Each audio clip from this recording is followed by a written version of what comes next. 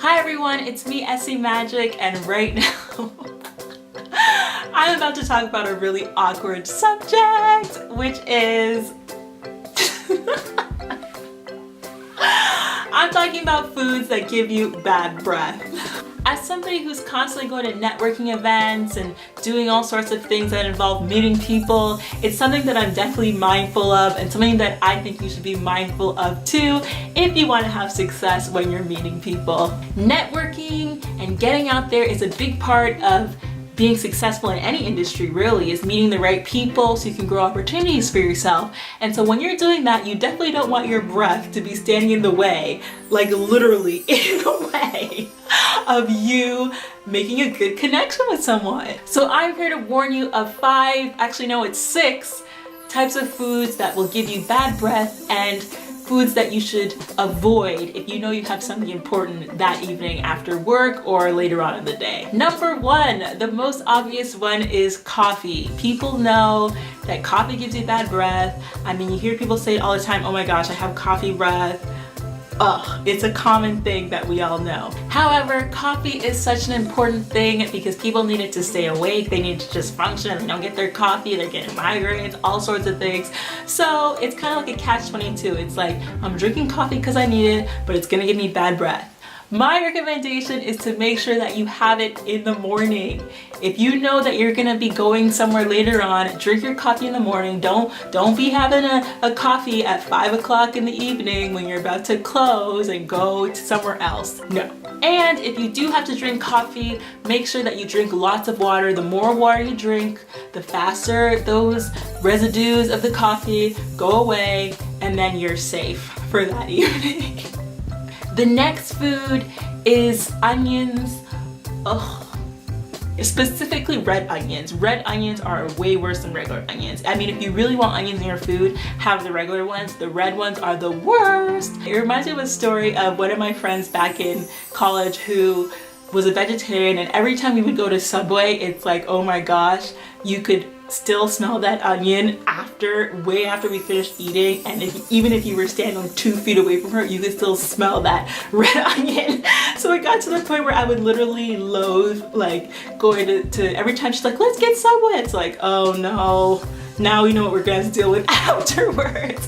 So anyway, there's something about red onions that has this like sulfuric compound in it that like the onions literally get into your bloodstream. Like that's how bad onions are. So if you know you have something important to go to later or you're going to be meeting up with people, avoid onions in your lunch or in your snack or whatever.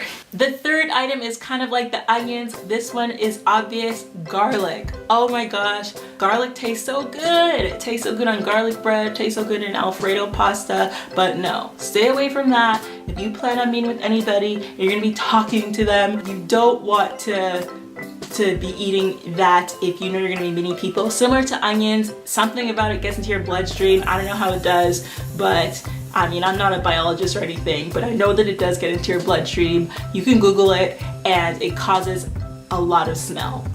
Stay away from that. The next one is a tuna fish sandwich or any sort of canned fish that you eat for lunch. I mean, you can even just tell. That one, you don't have to say it. When you eat something like that, afterwards the taste in your mouth, I mean, you know your breath smells bad when you eat tuna. One thing they say you can do is put some lemon or vinegar on the tuna or the fish or whatever before, because that helps remove a little bit of that fishy smell. But I would just suggest not eating it altogether if you know you're going somewhere important. I mean, tuna fish sandwiches taste good, but is it worth bad breath when you're meeting someone important? Save that tuna for another day. The next item is spicy food or pepper. Again, you can just tell when you eat it. It's like when you have pepper and it's really strong, you can taste that peppery taste in your mouth after. Anything that you can taste in your mouth for a while typically gives you bad breath, and you don't want to be giving people pepper breath when you're talking to them. And it's one of those things you can tell. If you have bad breath when you meet someone, you go from being like, hi, my name is Essie. I do this and this and this, and what do you do? And they're just like, oh, nice to meet you. Oh, yeah, sorry, my friend's waiting for me over there. Bye. Don't let that happen to you. Or even worse, they give you short one-word answers. Oh, what do you do? I work in marketing. Oh, what do you do? Oh, I'm a writer. Yeah. You don't want that to happen to you. The final food that causes bad breath is any sort of dairy product, something about the natural bacteria on our tongue grows or does better on the amino acids in dairy products. Either way, bottom line, it gives you bad breath. Stay away from cheese. You know what? It's not even before you're heading to the event. Sometimes when you go to these events, they'll have cheese as an hors d'oeuvre.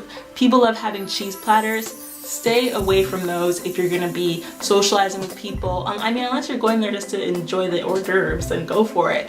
But if you're actually gonna be socializing with people and looking to make connections, stay away from cheese or dairy products. If, however, you do happen to have any of these foods in the daytime or shortly before you go to these events or meet these people or whatever you're supposed to be doing, what I would suggest is always chewing gum. One, because chewing gum helps to make your saliva go and clear away a lot of the bacteria that live in your mouth. And another thing I would suggest is also carrying those Listerine packs. Those they're like little paper things. You put it on your tongue and it literally is just like mouthwash, but without the gurgling and without the actual liquidy stuff. So yeah, that's what I would recommend. I always keep it in my purse just in case I have to go somewhere, or if I knew I was going somewhere all along, I always keep it in my purse. It's one of those things that I value it just as important as anything else.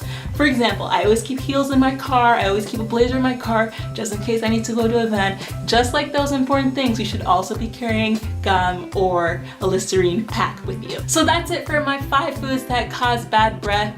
Of course, I'm just trying to help you because I want you to be able to network and make strong connections so that you can live out your dreams and do the things that make you happy in the end. So I'm just trying to help you, to give you advice so you can be ready. You can be ready to make amazing friends and meet important people. With that being said, give this video a big thumbs up if you feel like some of these tips will help you.